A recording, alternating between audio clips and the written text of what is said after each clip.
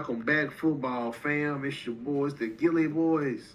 Tyler, Marcus, we've been talking this college football semi-finals and national championship game. We got two vastly different games the last couple of days. On the 8th, we got to see the Fiesta Bowl between Miami and Ole Miss. On the 9th, we got Indiana pounding Oregon. Ooh, what a throbbing. We'll get to that in a second. Let's start with Ole Miss and Miami. Very physical matchup. Referees out there letting them play. They swallowed those whistles, y'all. It was a lot of helmet-to-helmet hits. It was some PIs. It was damn sure a lot of holding by both teams. I will say this: there's no quit in that Ole Miss team. I don't know who identity they're using, whether it be Lane Kiffin or Pete Golden. If it's Pete Golden, they will be a force to be reckoned with next year. They will not quit. They just kept coming, kept going, didn't give up. Want to give them credit off top. Uh, Jumping right into it, let's go to look at the stats real quick. Talk about this game. Before we get into the game, Tyler, give me your quick assessment of what you thought was going to happen and what did happen in the game. I thought it was gonna be a blowout.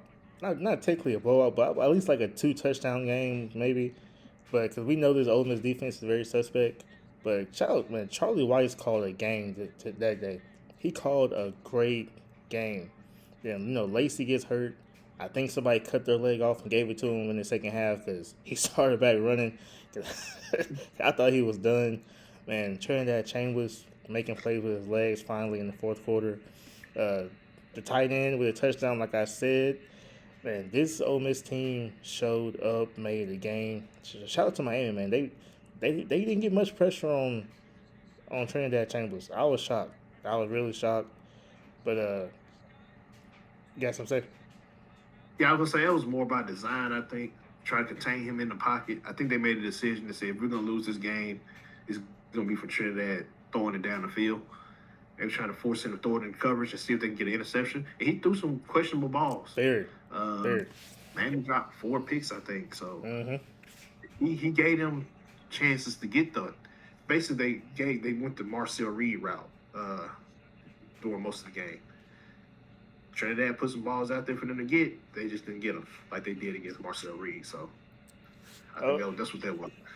I think Trinidad Chambers is a one-read quarterback as well. I know we said that about Fernando Mendoza, but I can definitely see it in Trinidad Chambers' game as well. I will say this: Trinidad Chambers, gamer. I think he's a winner. I'm not sure I can say the same about. That's kind of crazy to say because Fernando Mendoza is number one team in the nation, should be favored in that championship. But I've seen this guy play at Cal. I mean, didn't like a winner there. I think it's vastly different. I think he's benefiting from being on a great team. And coaching. I know I'm turning into the Fernando Mendoza hater, but I don't hate the guy. I really don't. I think he's a good player. I just don't think he's the best quarterback in the nation. I just refuse to believe it because I trust my eyes. So that's that. But make all your 4-eye jokes in the comment section. I'm good with it. But 4 eyes better than 2. Hey, I'm seeing twice as good as you did, my boy, because I'm seeing twice. This guy ain't it. But did I cut you off? You had anything else to say? Yeah, I was gonna say I was gonna talk about Miami a little bit. I text you in the fourth quarter and I told you I don't want to see Miami throw another pass because this Miami run game was terrorizing Ole Miss. Like those boys were tired. Brown carrying 4 people on his back to get the first down. Like, I get you pay a quarterback to win games, but hell, feed the hot hands. Like, I'm a true believer in feeding the hot hand, man. Mark Fletcher, Chamar Brown, they won the game, I believe.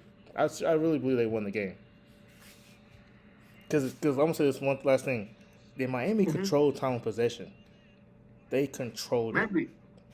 Yeah, they had it for 40-plus minutes.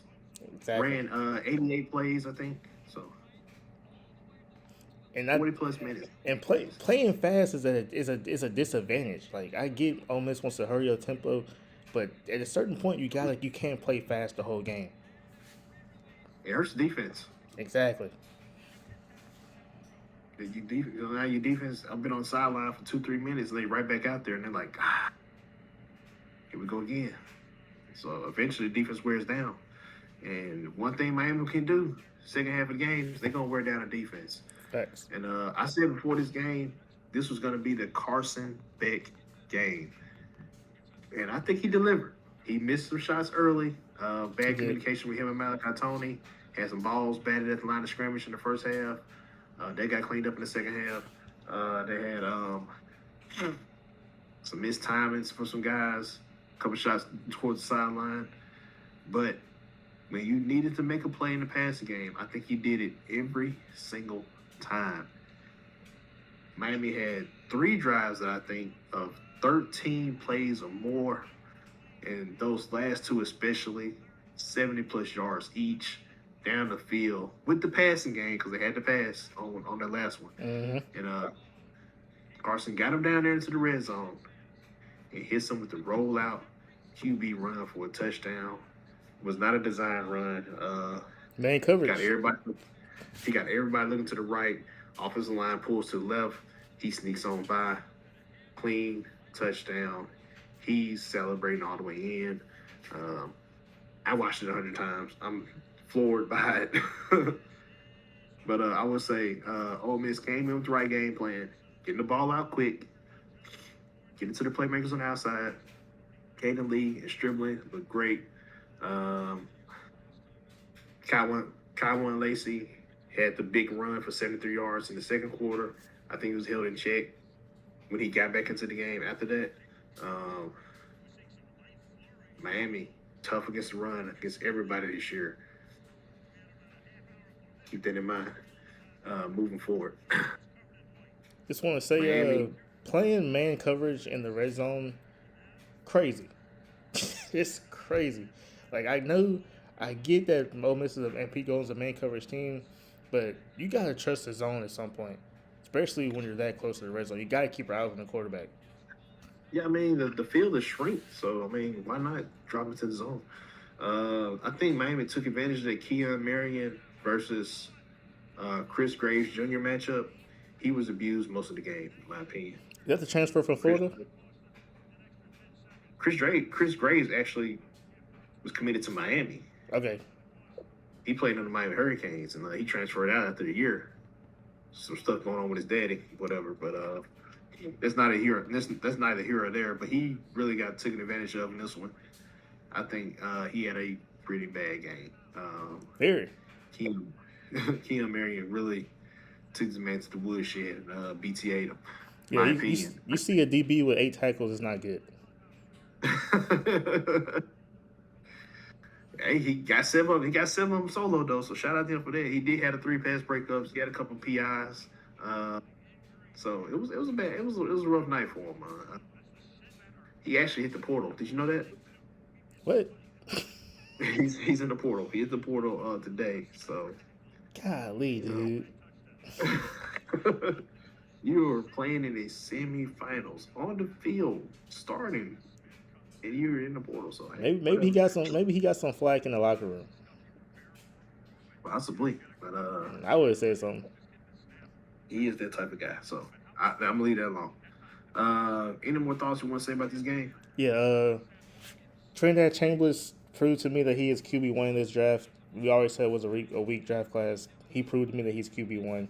I said it earlier. I stand by it. If Ole Miss is going to win, they got to change their offensive style of play, man. They got to change the offensive style. You got to get your defense. You got to get your defense a break. You have to. Well, possibly having a new offensive coordinator, so I think they'll figure that out. I think they'll slow it down for them. I think the defense can definitely use some help. They need to upgrade the linebacker core. I think it's their weakest unit. Miami had their way when the offensive lineman got to the second level. Even their wide receivers were blocking the linebackers. That's not a good look. Defensive line, they got tired. Number 51, whoever number 51 is, let's see who that is. Harris. That's Harris. Mm-hmm. That dude got to get his conditioning up. Great player, horrible conditioning. Laying on the ground. Yeah, on the Carson Beck touchdown run, he's laying on the ground, just sitting up like the play's over. Like he's just sitting there. Like, what are you doing? Get up, show some effort, man. The game is on the line. I know you're tired. I know you're hurting. be tired and be hurting tomorrow. Leave it out there on the field. I think he really let his team down in that moment. That's going to be something he thinks about for a while. He's going to have to address that.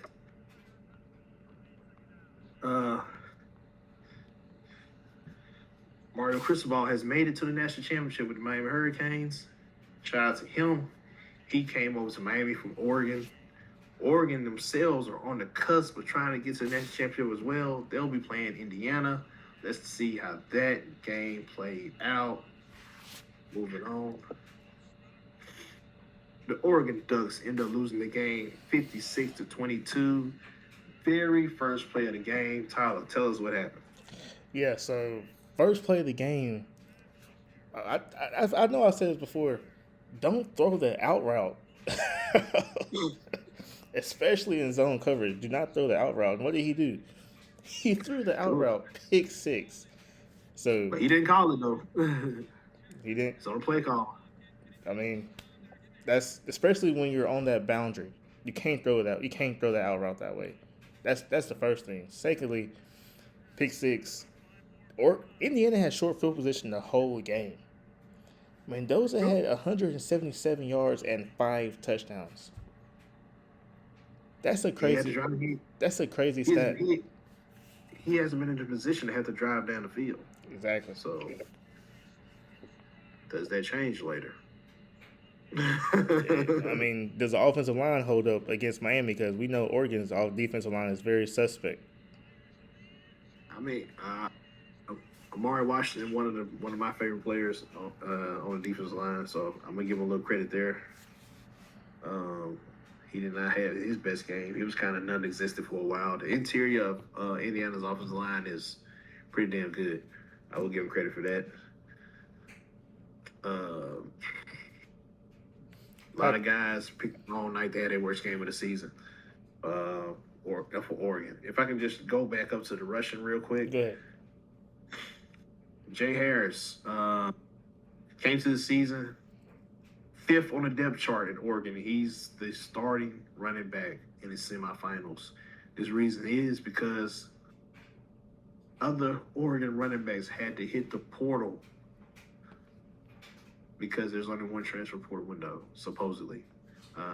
Even though they could have went after this game, they had to get in early to get their names out there so they can find spots somewhere else. So shame on the NCAA for putting Oregon in this position, and all these teams, matter of fact. So it's not a good look. Hated for him. Jay Harris played his ass off. He did the best he could in the situation he was put in. Him and Dante Moore had a mix-up in the backfield that caused another fumble that led to another touchdown. And it got bad fast, and it got bad early. So I'll just leave it at that. Yeah, quick question. So Austin Simmons is committed to Missouri. Why was he able to stay on the Ole Miss sideline on the team? Is this? I don't understand this. I don't know if you have an answer. I just wanted to ask you to see. He was on the sideline? Yeah, he was on the sideline. He was right next to Shane Bliss, right next to him, in uniform, shoulder pads and everything. So can these guys still play while being in the portal? I don't think they can. Not supposed to, unless he technically is in the portal and hasn't technically committed. They're just saying he has a verbal commitment, maybe something like that. Okay. And I don't know. Maybe it's just something they both handshake agreement or something. I don't know. So. And then Oregon had 2 defensive players playing running back. So they moved 2 defensive players to running back to make up for the injuries in the portal. Yeah, man, not a good look. Not a good look. A guy like Malik Hughes would have played, but he left out, went into the portal. Noah, I think Noah was hurt, right? I think so. And then, can we scroll Yeah. down to the receiving yards real quick? Sure thing. DeCarrion Moore, you're supposed to be one of the best freshman receiver in the nation. What happened to you? These are the games you make a name for yourself. Hold on. One thing. Offensive line did not hold up for Oregon. All year, I've been hearing Miami has the second best offensive line in the nation. I always wonder who's the number one offensive line. Who's number one there? Who's better than Miami? Supposedly, it's supposed to be Oregon. I can't tell because they looked terrible last night. They didn't like they came to compete. A lot of miscommunication, letting guys blow by them, guys push them in the back as they run by them. They let Dante Moore down. They did. They did. He was throwing it down the field and just hoping in the wing and the prayer, just hoping for the best for the most part. So he had a couple fumbles. Somebody else had a fumble. I think he had 2 sack fumbles. Yeah, so it was like, he did have a sack fumble.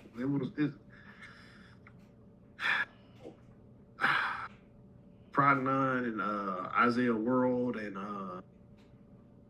the center, I forgot his name. They didn't do themselves any favors the other night. Let me ask you this: Does Indiana's defense hold up against Miami?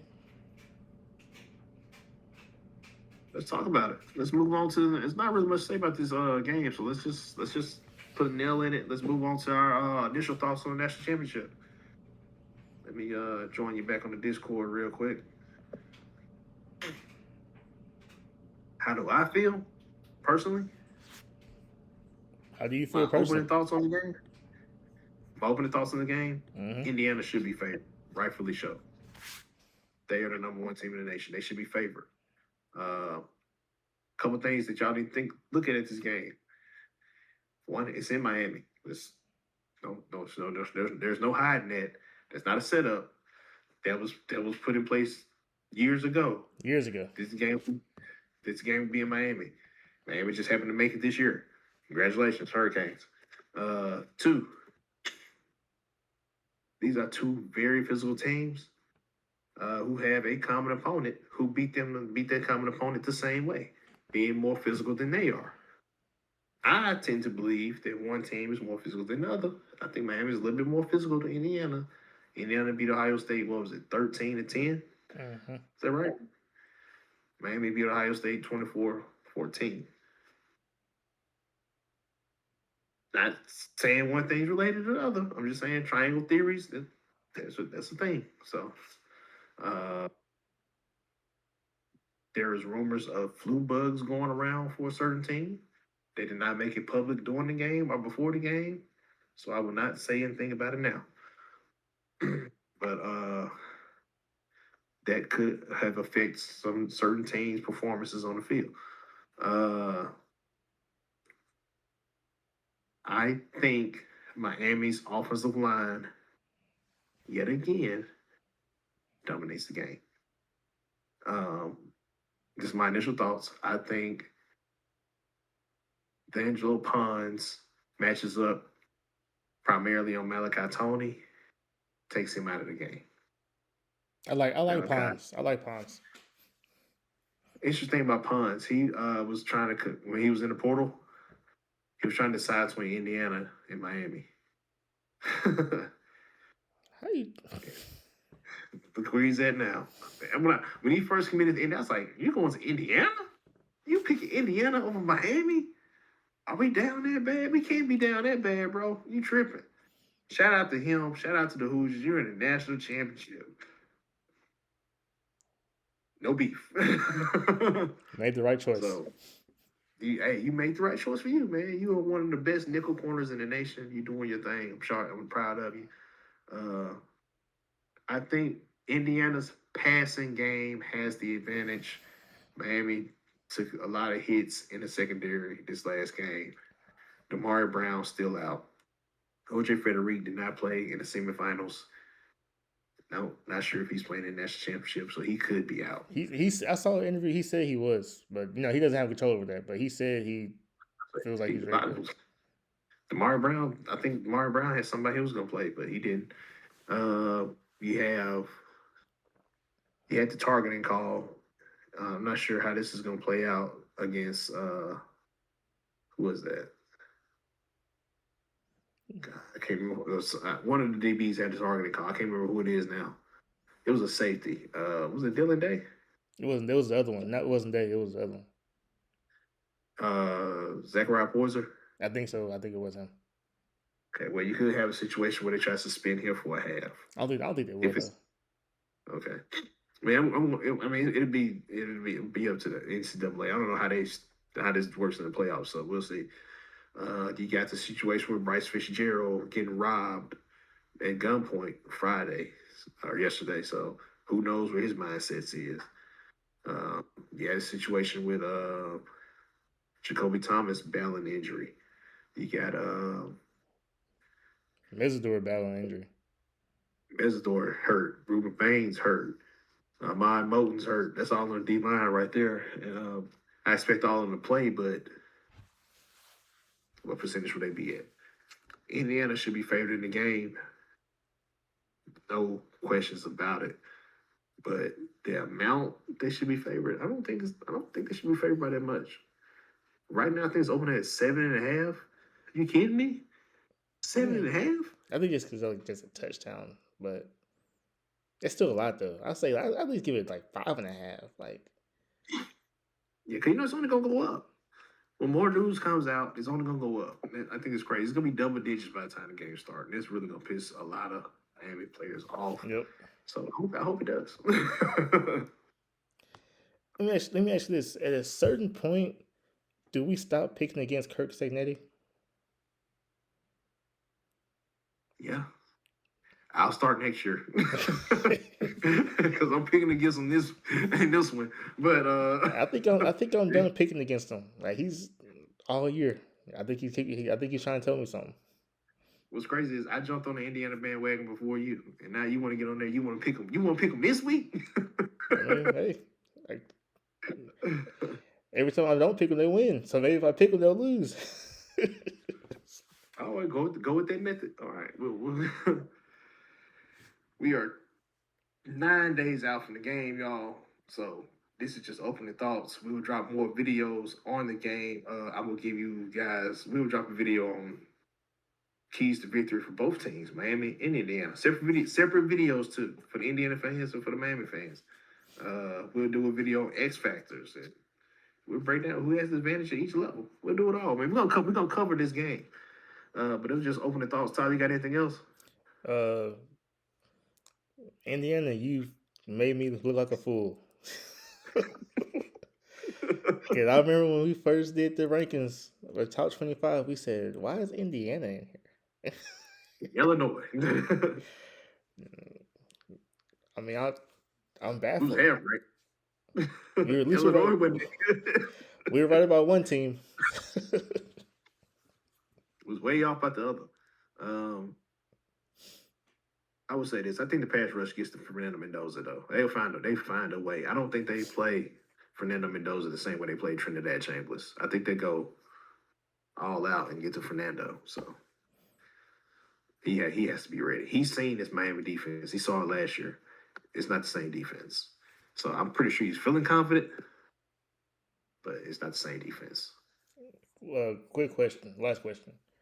Why are these Indiana OCs and DCs not getting interviews for head coaching jobs? I mean, they're focused. They're focused on winning the national championship. Okay. Same thing with Miami. Corey Heatherman has not got an interview for any job. And I think Shannon Dawson only got one interview, and I think he only took it because it was Tulane. He's from that area. Yeah. He ended up being a finalist for the job. So they went in house, and he didn't get the head coaching job, and he hasn't took another interview since. I don't think, to my knowledge, nothing publicly. Him or Corey Heatherman. Same with positional coaches, man. Matt Merritt, our running back coach, not a single interview. Jason Taylor, not a single interview to our knowledge. And so shout out to these programs for keeping these coaches, man. It's continuity. That matters. Could be why Oregon lost. Could be. I'm saying you halfway focused. It was definitely why part of the reason Ole Miss lost. Definitely. I mean, you already missing half the damn coaches anyway. So shame on the NCAA. Shame. They fall. Any more questions? I have more on next video. Sound like a plan to me, man. I just wanted to touch base on the game. We gonna cover this game, y'all. Don't y'all worry. Multiple videos on the game coming out. Um, that's all we got. Get down in the comment section. Tell us what you think. Who wins? 9 days out. Who do you think wins? If you don't know who's all playing, don't know who not, don't know what the weather gonna be like. This, then the third. Let me know what y'all think on these rumors out there talking about Indiana stealing signals or something like that, stealing opening scripts and play film and all that. They talking about that's how they jumped around at Oregon because they knew the formation and the play call because they had to open the script. Okay, whatever. I'm not going all out there like that, but yeah, that's what they say. We can talk about it right now if you want to. I do want to talk about this because there's only one transfer portal window. Players have to enter when they get their name out there to get on teams.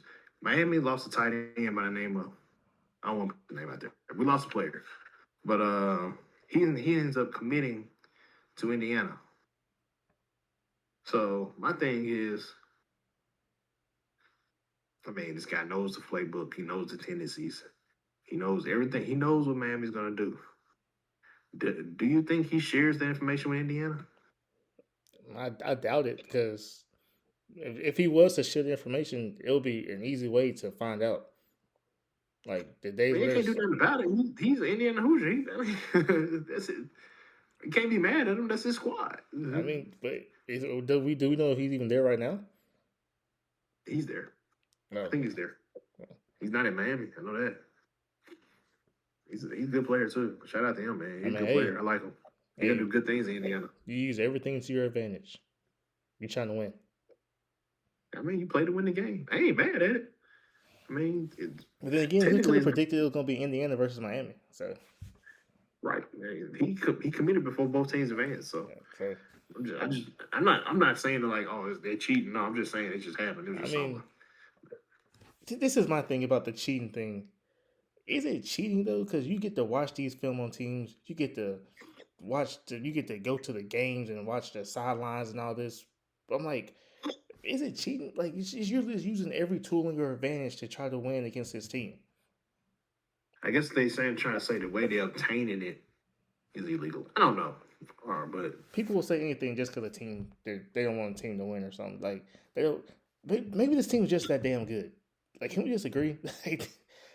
Why Terry? They good as shit. Why Terry calling me? Why Terry calling me? Bears won. Yo, Terry, I'm on the pod. What's up? I want to thank you for never believing in us.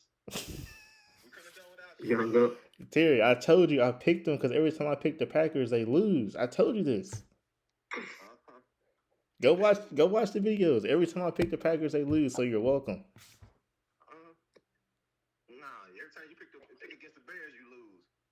We always gonna come out on top. I rarely pick against the Bears. Good. There you have it, guys. This is our video. Now, let the Chargers win tomorrow. Do not let the Chargers win tomorrow. Let me know what y'all think in the comment section. Who wins? Hoosiers, Hurricanes, battle of the Nick Sabans and Cycles. Let us know in the comment section. We out.